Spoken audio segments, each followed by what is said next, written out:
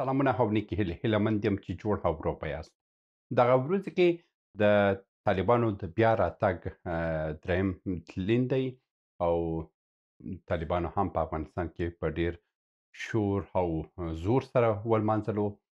نن په دغه ویډیو کې ډیر څه تاسو ته وړاندې کوم چې ولې جمهوریت سقوط شو، ولې طالبان راغله، څه به وسي په دې سیمه کې.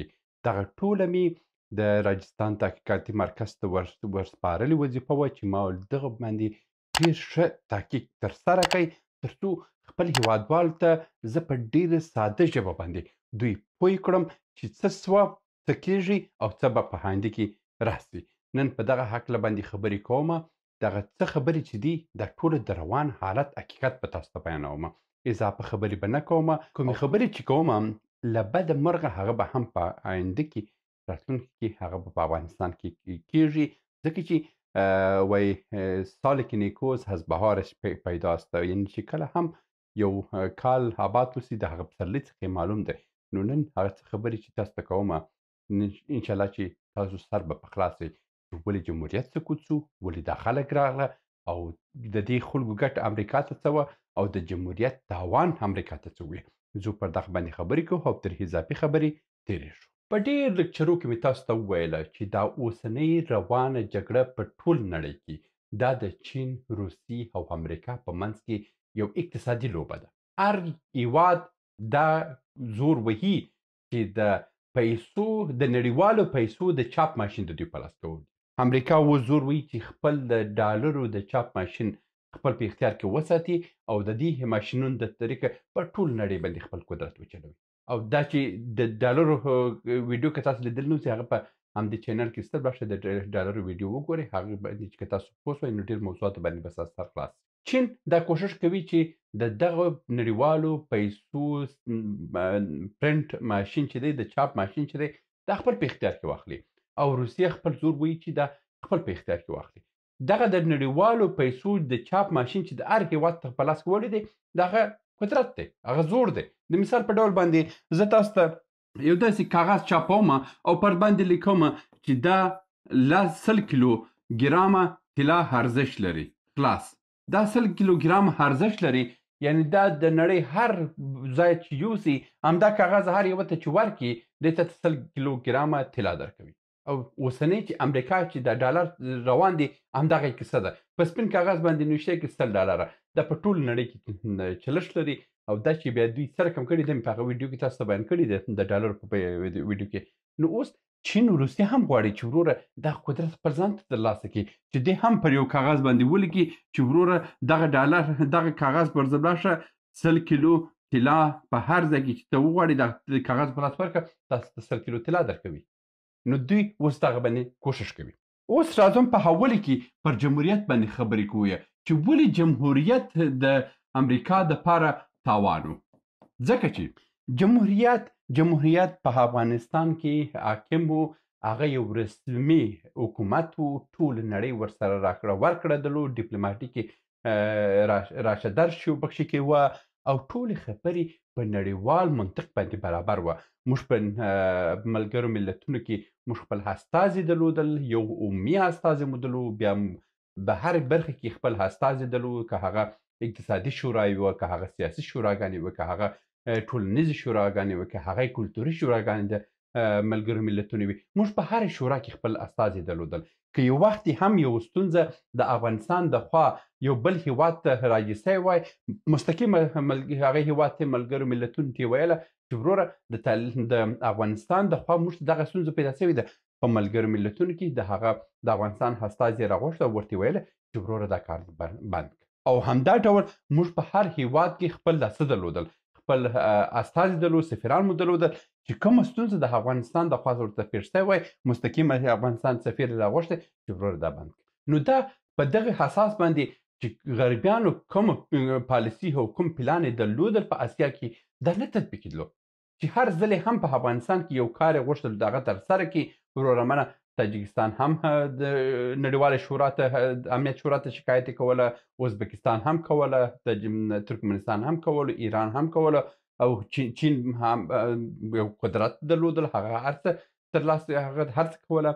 نو روسي هم شکایت کولو چې وروره په افغانستان کې دا کار ترسره کیږي او دا مستقیمه ملګرو ملتونو کې د امنیت شورا ته ویل او امنیت شورا څه کوله مستقیم پر افغانستان په حاکم باندې فشار راوړو چې دا بند نو په هغه صورت کې د امریکا چې د غربي هیوادونو چې څه پلانونه وه دا په هیڅ ډول باندې نه تطبیق کېدل نو همدې امله جمهوریت یو ورځ تر بلې یو پوسته یو کلی یو ولسوالۍ یو ولایت د ټول سقوط کړه او هغه و چې جمهوریت له منځه یوړو او دولت یې وسپارلو ملایانو ته دا یو تروریستي ډلې د تروریستي ډلو په لس کې دا یې نوشته کړو چې دا یو تروریستي ډله ده هېڅ هېواد دا باید په رسمیت ونه پېژني د اوس په رسمیت نه پېژندل کېږي چې په رسمیت نه پېژندل کېږي وروره نو اوس امریکا هر څه غواړي وکړي دا چې جمهوریت سر کم سقوط سو دا په څو مرکو کې که تاسو واورئ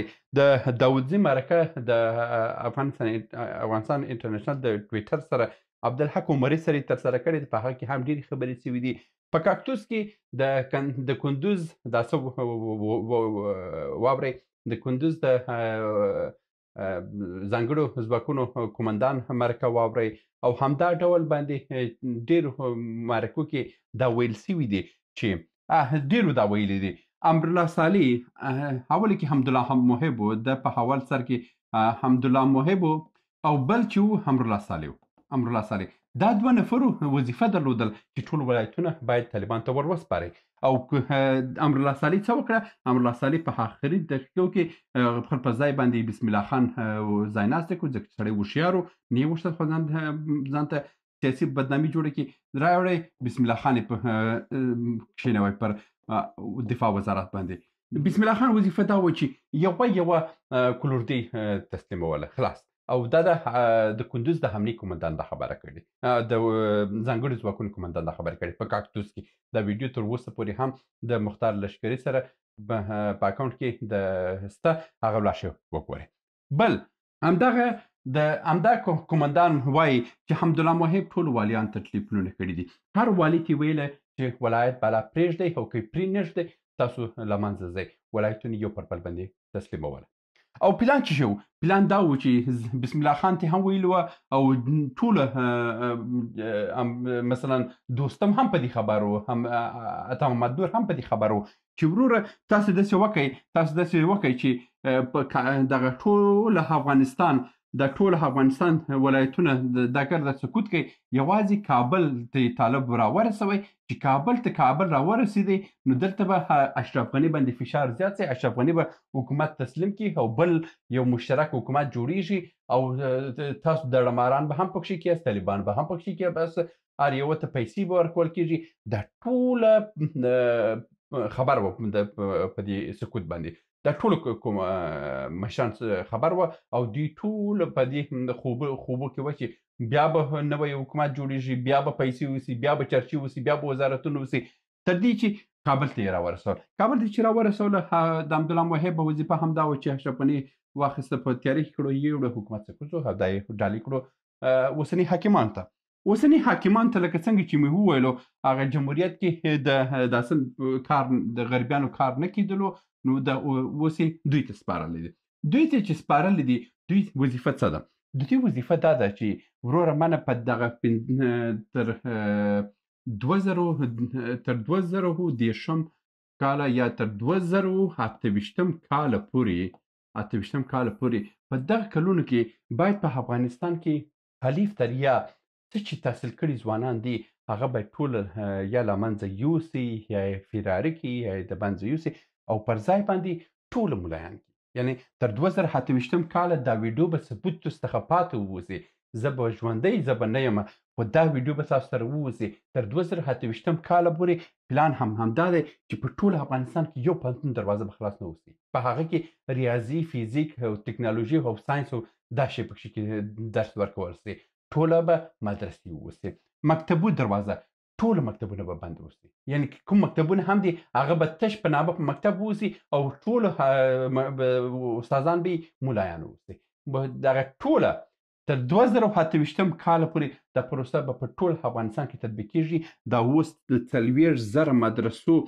پلان روان دی بي بي سي باندې راپور هم جوړ کړی دی د چې 40,000 مدرسې مخ په جوړېدو دي او خپله د اوسني حاکمانو تایید کړي هم دی چې 40,000 مدرسې جوړېږي. نو چې 40,000 مدرسې په ټول افغانستان کې موږ د جمهوریت تر پای پورې موږ 18,000 مکتبونه درلودل.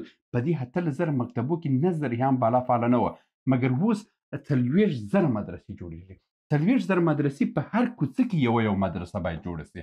یعنې 40,000 مدرسې موږ په هر کوڅه کې چې موږ یو مدرسه ولرو او په دې 40,000 کې 20,000 مدرسې جهادي مدرسې دي چې په دې کې ټوپک انفجار دا شیان ټول ښیي. او دا د بي بي سي په راپور کې د اوسني حاکم د پوهنې وزارت مرستیال دا خبرې تایید کړې دي چې په دې کې مدرسې 50 سلنه به جهادي مدرسې وځي. یعنې 20,000 مدرسې به جهادي وسي، ټوپک دا هر څه ورته ښول کېږي. دلته چې دا 20,000 مدرسې جهادي سوه او دا داسې سوه، په افغانستان کې ټوله به ملایان اوسي. نه به د ساینس خبر اوسي، نه به د سیاست خبر اوسي، نه به د جغرافیې خبر اوسي، نه به د اقتصاد خبر اوسي، هېڅ شی خبر نه اوسي. د امریکا ډالر به ورته راځي، د دوی نسلونه به فقط مړه واوسي، نور به اضافه کارو ته نه پرېږدي. اوس اول خو مې جمهوریت درته یاد کړ، دوم بیا دا اوسني حاکمانو یاد کړ، دریم پر خلکو باندې روان چارې ترخیږي، ورځ تر بلې دا چارې باندې ترخیږي.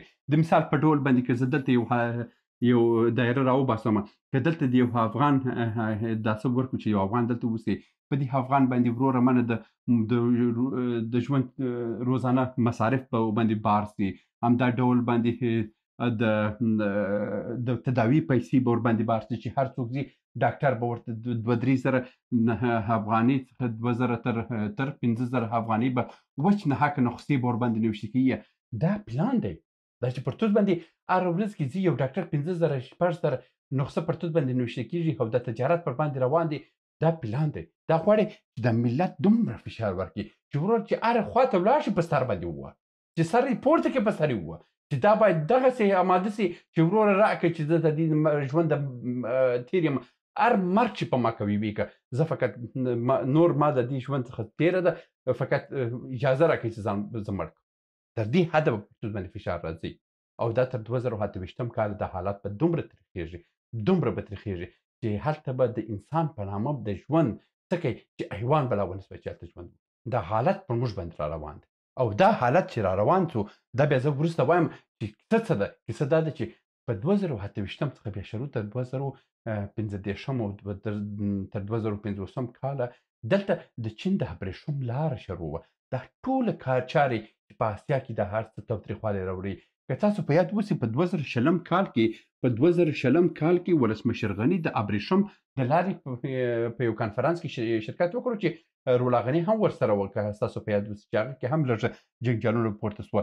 یعنې که اوس موږ جمهوریت ته ووایو چین په هیڅ ډول باندې نه پرېښوله، ول وروره راسه سره موافقه کوو، کار کوو، تجارت کوو. لکه یو څوک دی چې په یو کوڅه کې ښه نه اوسي، په د کلي مسجد و هر څه خلک ورباندې فشار راوړي، وروره ولې دا کار نه کوي؟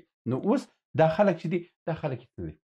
دا هېڅوک په رسمیت نه پېژني، هر کار چې وغواړي هغه کار کوي او دا څوک هم ورته شی نسي ویلی. بس هر یو چې وایي بس وایي چې مداخله به په موږ په چاره کې نه کوي، موږ خپلواک یو، موږ هسې و هغسې و هسې.